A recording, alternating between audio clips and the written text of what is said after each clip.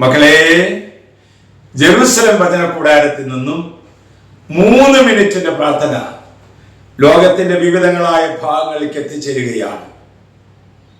കുരിശെടുത്ത് കുരിശിന്റെ പിന്നാലെ പോകുന്ന ഈ കാലഘട്ടം, ഇതാ ദൈവമായ കർത്താവ് നമ്മുടെ വീടിന്റെ ഉള്ളിലൂടെ കടന്നു വന്ന് നിങ്ങളുടെ ഓരോരുത്തരുടെ അടുത്ത് നിൽക്കുകയാണ്. ഇതാ കർത്താവ് നമ്മോട് സംസാരിക്കുന്ന വചനം നമുക്ക് കേൾക്കാം. മർക്കോസിന്റെ സുവിശേഷം 11-ാം അധ്യായം 2ഉം 3ഉം വാക്യങ്ങൾ.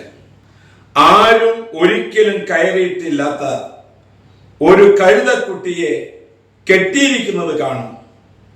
അതിനെ അഴിച്ചു കൊണ്ടുവരുവിൻ.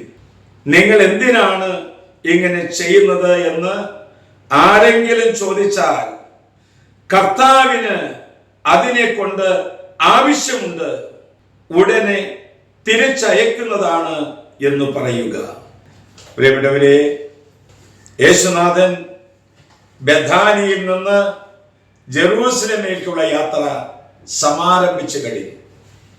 ഒരു വലിയ ജനതയോട് കൂടിയിട്ടാണ് ഒരു കഴുതക്കുട്ടിയുടെ പുറത്ത് യേശു യാത്ര ചെയ്യുന്നത്. ശ്രദ്ധിക്കുക, ആരെങ്കിലും ആ കഴുതക്കുട്ടി അഴിക്കുമ്പോൾ അരുതെന്ന് പറഞ്ഞാൽ നീ പറയണം, അതിനെ കർത്താവിന് ആവശ്യമുണ്ട്.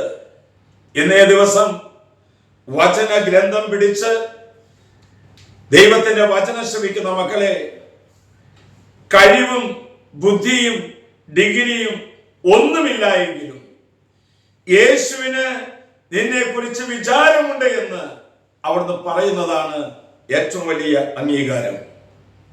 മകളെ, കുരിശിനോടും ക്രൂശിതനോടും ചേർന്നുകൊണ്ടുള്ള ഈ തീർത്ഥയാത്രയിൽ രക്ഷാകരമായ അനുഭവം ഉണ്ടാകട്ടെ.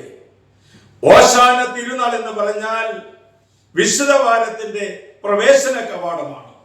ആശ്വാസപ്രദമായ രാത്രി, പ്രതീക്ഷാ നിർഭരമായ പ്രഭാതം, സൽപ്രവർത്തികൾ നിറഞ്ഞ ദിവസം നൽകി നമ്മെ അനുഗ്രഹിക്കട്ടെ. നമ്മുടെ കർത്താവ് ഈശോ മിശിഹായുടെ കൃപയും പിതാവായ ദൈവത്തിന്റെ സ്നേഹവും പരിശുദ്ധാത്മാവിന്റെ സഹവാസവും പരിമളവും നാം എല്ലാവരോടും ഈ കൂട്ടായ്മയോടും കൂടി ഉണ്ടായിരിക്കട്ടെ, ഇപ്പോഴും എപ്പോഴും എന്നേക്കും. ആമേൻ.